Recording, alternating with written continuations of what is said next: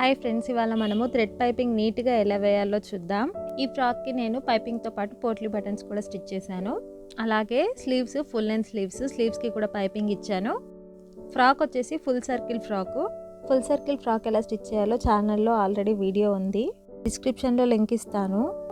ఇప్పుడైతే దీనికి నీట్గా థ్రెడ్ పైపింగ్ ఎలా వేయాలో చూద్దాము. ఇక్కడ పోట్లీ బటన్స్ పెడుతున్నాం కాబట్టి 1/2 ఇంచ్ ఎక్స్ట్రా ఫ్యాబ్రిక్ తీసుకోవాలి ముందు వైపు కూడా. అలా పోట్లీ బటన్స్ ఏం పెట్టకపోతే మనం నార్మల్గా కూడా పైపింగ్ వేసేసుకోవచ్చు, నార్మల్ రౌండ్ నెక్కి అలాంటి వాటికి. ఇక్కడ ఫ్యాబ్రిక్ మ్యాచ్ అయ్యేలాగా నేను గోల్డ్ ఫ్యాబ్రిక్ తీసుకున్నాను. దీని విడ్త్ వచ్చేసి 1.75 ఇంచెస్ తీసుకున్నాను. ఇప్పుడు ఈ ఫ్యాబ్రిక్ని మిడిల్లోకి ఈ విధంగా ఫోల్డ్ చేసుకొని స్టిచ్ చేసుకోవాలి. పైపింగ్కి కానీ నెక్ ఫినిషింగ్ కానీ యూజ్ చేసే ఫ్యాబ్రిక్ ఎప్పుడు కూడా క్రాస్గా తీసుకోవాలి. నేను ఇంతకుముందు చాలా వీడియోలో చూపించాను. 45 degrees యాంగిల్లో క్రాస్గా కట్ చేసుకుంటే నీట్గా వస్తుంది పైపింగ్. ఇలా పైపింగ్ క్లాత్ని నెక్ చుట్టూరా ప్లేస్ చేసుకొని నీట్గా కుట్టు వేసుకోవాలి. పైపింగ్ ఫ్యాబ్రిక్ని ఎప్పుడు కూడా లాగకూడదు, లాగితే ఫినిషింగ్ నీట్గా రాదు. ఇప్పుడు ఈ కార్నర్ దగ్గర కరెక్ట్గా కార్నర్కి వచ్చిన తర్వాత నీడిల్ని క్లాత్లో అలా ఉంచి ఫ్యాబ్రిక్ని తిప్పుకోవాలి. ఇలా ఉంచేసి ఇలా తిప్పేసుకొని కుట్టు నార్మల్గా వేసేసుకోవాలి. ఇక్కడ నేను 1/2 ఇంచ్ ఎక్స్ట్రాగా మార్జిన్ తీసుకున్నాను కదా, ఆ 1/2 ఇంచ్ కవర్ అయ్యే విధంగా ఫ్యాబ్రిక్ని ప్లేస్ చేసుకొని కుట్టు వేస్తున్నాను. వీడియోస్ కనుక నచ్చినట్లయితే ప్లీజ్ సబ్స్క్రైబ్ చేయండి. అలాగే మీకు ఎలాంటి వీడియోలు కావాలనుకుంటున్నారో కామెంట్ చేయండి. ఇన్స్టాలో కూడా మీరు నన్ను ఫాలో అవ్వచ్చు. ఇన్స్టాలో మీకు నచ్చిన మోడల్స్, డ్రెస్సెస్, డిజైన్స్ ఏమైనా పోస్ట్ చేస్తే వాటిని కూడా వీడియోస్ చేయడానికి నేను ట్రై చేస్తాను. ఇలా కుట్టు వేసిన తర్వాత ఎక్స్ట్రాగా ఉన్న ఫ్యాబ్రిక్ని కట్ చేసుకోవాలి. పైపింగ్కి మనకి క్లాత్ లోపల వైపు ఎక్కువగా ఉంచకపోవడమే మంచిది. అలా ఎక్కువగా ఉంచితే షేప్స్ దగ్గర కరెక్ట్గా ఫ్యాబ్రిక్ మనకి తిరగదు. అలా తిరగకపోతే మనము ఏ షేప్ అయితే కట్ చేసామో, ఏ షేప్ అయితే స్టిచ్ చేసామో అదేం కనపడదు. అందుకని ఈ విధంగా కొంచెం ఒక 1/4 ఇంచ్ ఫ్యాబ్రిక్ మందం ఉంచేసి మిగతాదంతా కూడా నీట్గా కట్ చేసుకోవాలి. అలా అని మనం కుట్టు దగ్గరికి పూర్తిగా కట్ చేసామనుకోండి పెకిలిపోయే ఛాన్స్ ఉంటుంది. సో అలా కట్ చేయకూడదు. కట్ చేసిన తర్వాత ఈ విధంగా చిన్న చిన్న నాచెస్ ఇవ్వాలి. అక్కడ మధ్యలో ఈ విధంగా కట్స్ పెట్టుకోవాలి. ఈ టర్నింగ్ దగ్గర మాత్రం ఇలా వీ షేప్లో కట్ చేసుకోవాలి. ఇలా కట్ చేసుకుంటే ఆ షేప్ అనేది ప్రాపర్గా అర్థమవుతుంది. ఇక్కడ నేను ఇంతలా ఎందుకు ఎక్స్ప్లెయిన్ చేస్తున్నానంటే ఎవ్రీ పాయింట్ ఏది కూడా మిస్ అవ్వకుండా చెప్పడం వల్ల దాన్ని పర్ఫెక్ట్గా ఫాలో అయితే ఫస్ట్ టైం వేసినా కూడా పైపింగ్ చాలా నీట్గా వస్తుంది. స్టార్టింగ్లో ఎవరికైనా పైపింగ్ వేయాలంటే కొంచెం ఇబ్బందే కదండి, అందుకని ఇంత క్లియర్గా ఎక్స్ప్లెయిన్ చేస్తున్నాను. ఇప్పుడు మనం థ్రెడ్ యూజ్ చేసి పైపింగ్ వేస్తున్నాం కదా, ఇది 0 సైజ్ థ్రెడ్ అనమాట. పైపింగ్ థ్రెడ్స్లో కూడా సైజెస్ ఉంటాయి. ఇది లాస్ట్ సైజు, చాలా స్మాల్ సైజు. ఈ సైజ్ వల్ల బెనిఫిట్ ఏంటంటే మనం కొంచెం లావుగా ఉన్న ఫ్యాబ్రిక్, ఇప్పుడు ఇది జరీ ఫ్యాబ్రిక్, దీంతో పైపింగ్ వేయడానికి మనం దొడ్డుగా ఉన్న దారం యూజ్ చేసామనుకోండి పైపింగ్ ఇంకా లావుగా వస్తుంది. అది అవాయిడ్ చేయడానికి నేను ఇక్కడ సన్నగా ఉన్న దారాన్ని తీసుకున్నాను.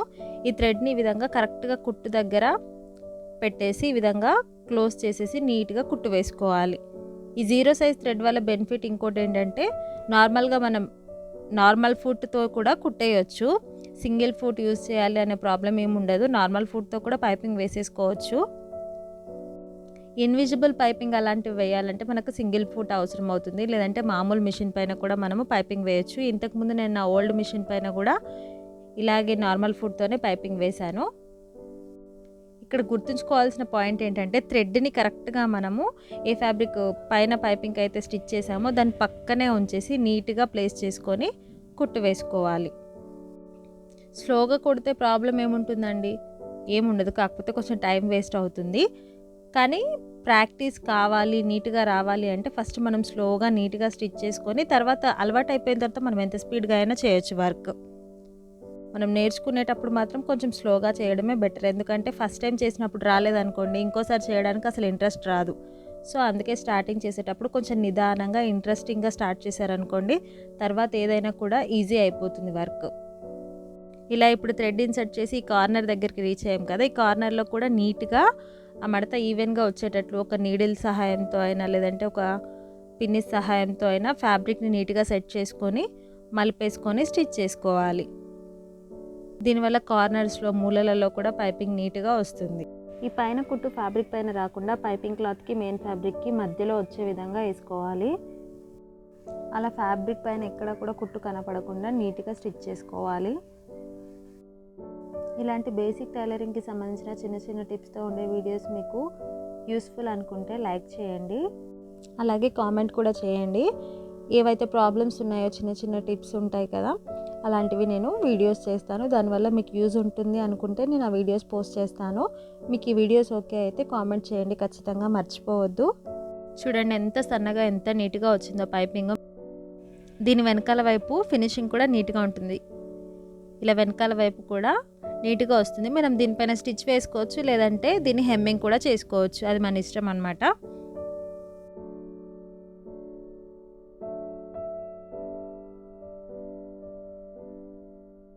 ఇలా పైపింగ్ వేసి రెడీ చేసిన బాడీని నేను ఫైనల్గా ఇలా అయితే ఫ్రాక్గా స్టిచ్ చేశాను. పైన మనం బాడీకి వేరే హెవీగా వర్క్ ఉన్న ఫ్యాబ్రిక్స్ ఏం యూజ్ చేయనప్పుడు బాడీ అంతా ప్లెయిన్గా ఉండిపోతుంది అనుకున్నప్పుడు ఇలా పోట్లీ బటన్స్ అవి ట్రై చేసామంటే ఫ్రాక్ లుక్ కూడా చాలా బాగుంటుంది.